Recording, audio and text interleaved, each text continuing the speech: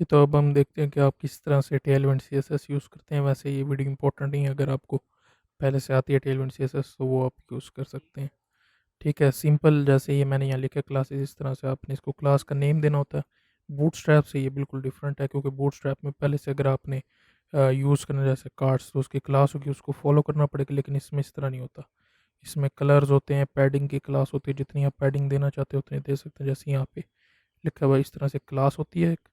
ठीक है, ये क्लास दे सकते हैं आप। अगर मैंने पैडिंग देनी है इतनी, तो मैं ये वाली क्लास लिखूंगा सिंपल, और वो पैडिंग ऐड हो जाएगी।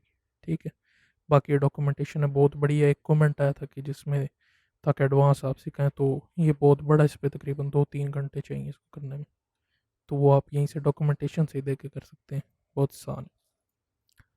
ठीक है, अब यहाँ आ जाते हैं। यहाँ पे मैंने इसका वेलकम से नाम app dot play dot P H P कर दिया था, और इधर भी मैंने इसको ऐप लिख दिया था। ठीक है, तो इसको हम बाद में लेआउट के लिए यूज़ करेंगे, वो आप उस वीडियो में बताऊंगा कि मैंने इसको क्यों चेंज किया था।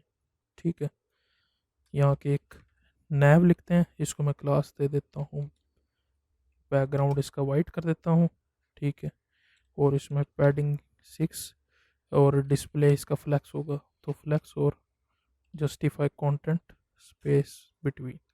अच्छा, ये जो भी ये जैसे लिखा आ रहा है ना, ये आपको लाने का तरीका है कि यहाँ पे आपने आकर टेलविंड सी एस एस की एक्सटेंशन करनी है, ये वाली Tailwind C S S intelligence. ये इंस्टॉल कर लें, उसके बाद आपके भी ये ऑप्शन आने शुरू हो जाएंगे। ठीक है, अब इसमें आते हैं हम LIA, यहाँ मैं दे देता हूँ होम, और इसी को बार बार कॉपी पेस्ट कर देते हैं। डैशबोर्ड पोस्ट्स, इसको हम दे देते हैं एक UL के अंदर। ठीक है, ये लिखने के बाद हम चेक करते हैं इसको रिफ्रेश, तो ये इस तरह से आ गया, लेकिन हमें ये साइड में चाहिए फ्लेक्स में।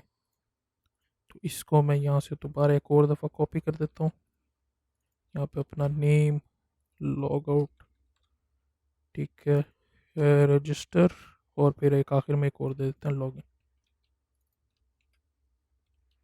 ठीक है, ये हमने बाद में बनाने हैं, तो मैं इसीलिए पहले ही यहाँ पे डिज़ाइन कर रहा हूँ। ठीक है, यहाँ पे ये लिख के आ गया। अब हमें फ्लेक्स में चाहिए, तो यहाँ पे इसको आल्ट होल्ड करके आप यूँ कर सकते हैं, आल्ट होल्ड करके यहाँ क्लिक करें, क्लास इस तरह से करके आप इसको दे सकते हैं फ्लेक्स। इसके बाद हमें ए पे भी चाहिए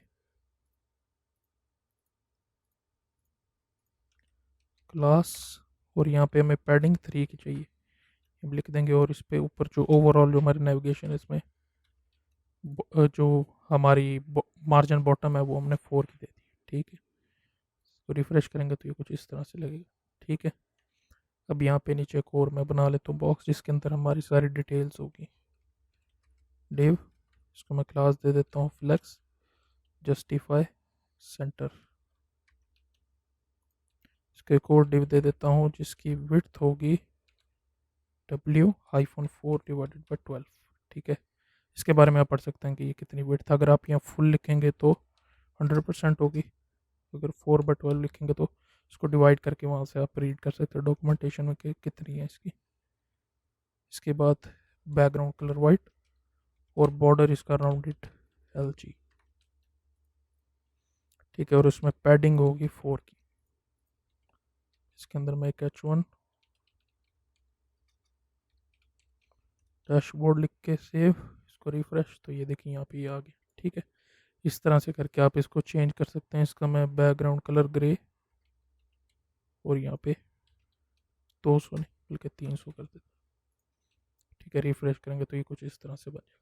ठीक है, इस तरह से करके आप इसको अप्लाई करते हैं सारी जितनी क्लासेस है, बाकी आप डॉक्यूमेंटेशन से पढ़ के इसको खुद यूज़ कर सकते हैं।